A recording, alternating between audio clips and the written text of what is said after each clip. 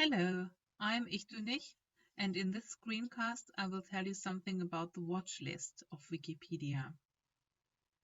If you go to the top of the page when you're logged in, you will see that there's a watch list link.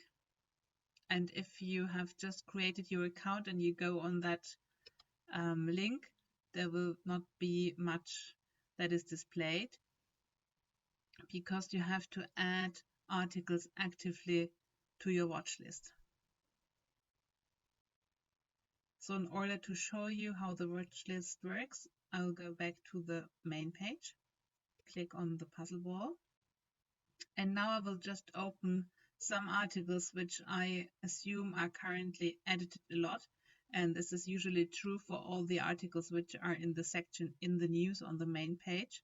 So I'll open those 3 articles which are currently in the news. When I go to these articles, I can click on that star button, and this will add this article to my watch list. Do that for all 3 articles.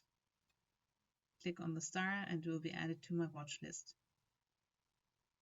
Click on the star and add it to the watch list. So now I can close these tabs. And I'm back on the main page. If I now hit the watch list link, I get a display which is similar actually to what you see when you hit the View History button. So you get a list of all revisions of those articles which are on your watch list that are happening in the last few days. And the structure is exactly the same like the history of revisions. So you will have the article link, you'll have the user who made the last edit, and you'll have the time. And if there is a substantial edit, you can also see how many bytes have been added or deleted from the article. And just as the revision history, you can click on diff link in order to see the difference between that revision which has just been made and the previous revision. You can also see whether there was a minor edit.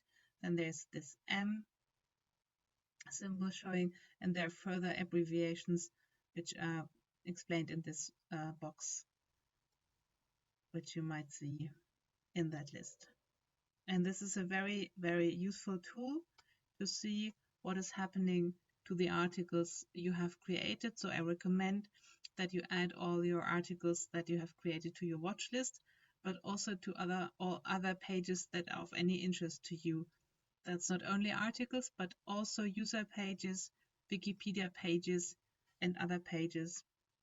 And if you put any article on your watch list, you will automatically also watch its talk page. So for example, here you can see the talk page of that article, and they are both on your watch list.